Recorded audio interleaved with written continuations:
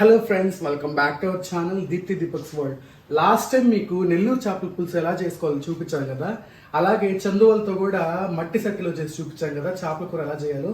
So ఈ రోజు చిన్న చిన్న మొయ్య చేపలు దొరికాయి మాకు. సో మొయ్య చేపలు బెండకాయలు వేసి పులుసు చేయబోతున్నాను. అది ఎలా చేస్తారో మీకు చేసి చూపిస్తాను, రండి. సో ఇవన్నమాట మొయ్య చేపలు. 1 కిలో ఇవి 9 పీసులు వచ్చాయి ఇవి. ఆ తర్వాత ఉప్పు, కారము, పసుపు, ధనియాల పొడి, ఇది మెంతులు, జీలకర్ర, ఆవాలు కలిపిన పొడి అన్నమాట. తర్వాత తెల్లగడ్డలు, మామిడికాయ ముక్కలు, కొత్తిమీర, కరివేపాకు, అల్లం వెల్లుల్లి పేస్ట్, అలాగే తగినంత నూనె, బెండకాయ ముక్కలు ఎన్ని కావాలంటే అన్ని వేసుకోవచ్చు. ఇది 100 గ్రాముల చింతపండుతో తీసిన రసము. అలాగే ఇది టొమాటోలు, 3 టొమాటోలతో చేసిన పేస్ట్. ఇది 3 ఎర్రగడ్డలు, చిన్న చిన్న ఎర్రగడ్డలు 3తో చేసిన పేస్ట్. పచ్చిమిరపకాయలు తగినన్ని. అలాగే ఇదిగోండి, ఇప్పుడు తాళింపు కోసము మెంతులు, ఆవాలు, జీలకర్ర తగినంత. ముందుగా ఒక గిన్నెలోకి ఇలా చేపల్ని తీసుకొని తగినంత పసుపు వేసుకోవాలి.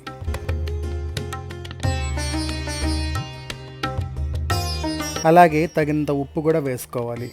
నార్మల్గా అయితే కల్లుప్పు వాడాలి, నా దగ్గర లేదు కనుక సాల్ట్ వాడుతున్నా. అలాగే ఇలా అరచక్క నిమ్మరసం కూడా పిండుకొని శుభ్రంగా తోముకోవాలి వాటిని.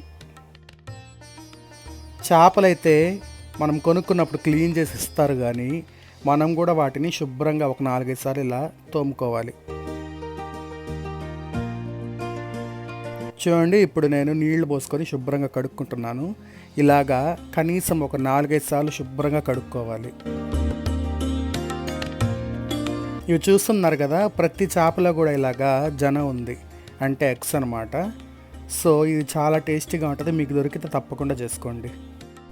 ముందుగా స్టవ్ వెలిగించుకొని చేపల కూర పాత్ర పెట్టుకొని ఆయిల్ వేసి ఇలాగ మెంతులు, ఆవాలు, జీలకర్ర వేసి బాగా దోరగా వేయించుకోవాలి. తర్వాత ఇలా ఆనియన్ పేస్ట్ వేసేసి బాగా మనము వేయించుకోవాలి. ఇప్పుడు ఇలాగ బాగా మగ్గిన తర్వాత ఇందులో తెల్లగడ్డలు, అలాగే అల్లం వెల్లుల్లి పేస్ట్ వేసుకొని బాగా కలుపుకోవాలి.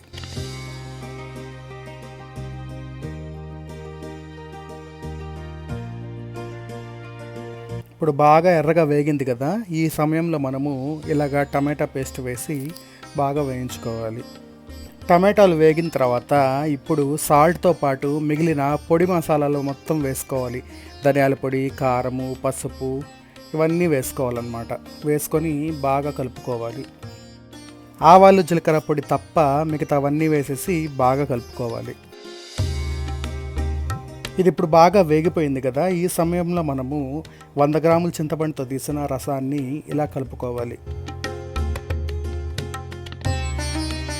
ఈ చింతపండు పులుసు వేసి అది బాగా మరిగిన తర్వాత ఇలాగా చేపల్ని పులుసులోకి వదులుకోవాలి.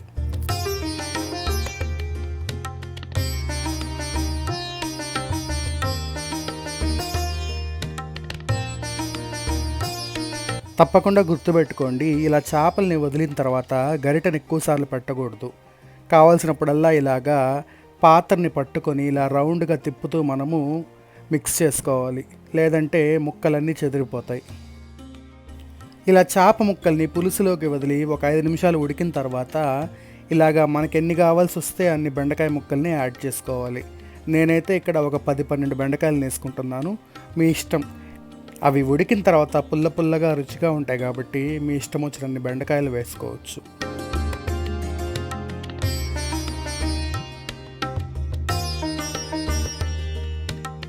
చూడండి, ఇలా బెండకాయకి ఇలా ఘాట్లు పెట్టుకొని వదులుకోవాలన్నమాట. తర్వాత ఇలాగ పచ్చిమిరపకాయలు, కరివేపాకు, అలాగే ముందుగా కట్ చేసి పెట్టుకున్నాం కదా మామిడికాయ ముక్కలు, అవి కూడా వేసుకొని బాగా ఒకసారి కలుపుకోవాలి.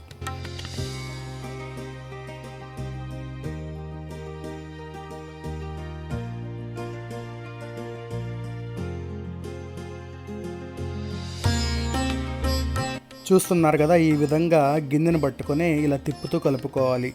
ఎట్టి పరిస్థితుల్లో కూడా గరిటెను పెట్టకూడదు.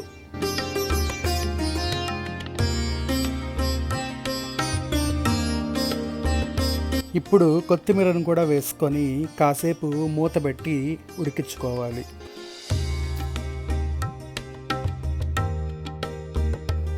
పులుసు బాగా ఉడుకుతోంది కదా, ఈ సమయంలో మనము ముందుగా వేయించి పెట్టుకొని పొడి చేసుకున్న మెంతులు, జీలకర్ర, ఆవాల పొడిని ఇలా చల్లుకొని బాగా కలుపుకోవాలి. ఇంతకుముందు నేను ఆల్రెడీ నెల్లూరు చేపల పులుసు అలాగే చందువా చేపలతో పులుసును తయారు చేసి అప్లోడ్ చేస్తున్నాను. ఆ లింకుల్ని చివర్లో యాడ్ చేస్తాను, తప్పకుండా చూడండి.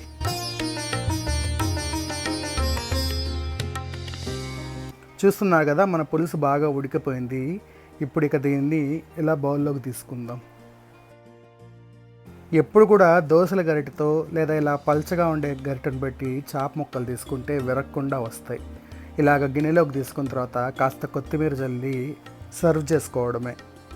సో చూసారు కదా, మన చిన్న చేపల పులుసు రెడీ అయిపోయింది. దీనిని మీరు కూడా ఖచ్చితంగా ట్రై చేయండి. అలాగే మా వీడియో కనుక మీకు నచ్చినట్టయితే ప్లీజ్ లైక్ చేయండి, షేర్ చేయండి మరియు మా ఛానల్ని సబ్స్క్రైబ్ చేసుకోండి.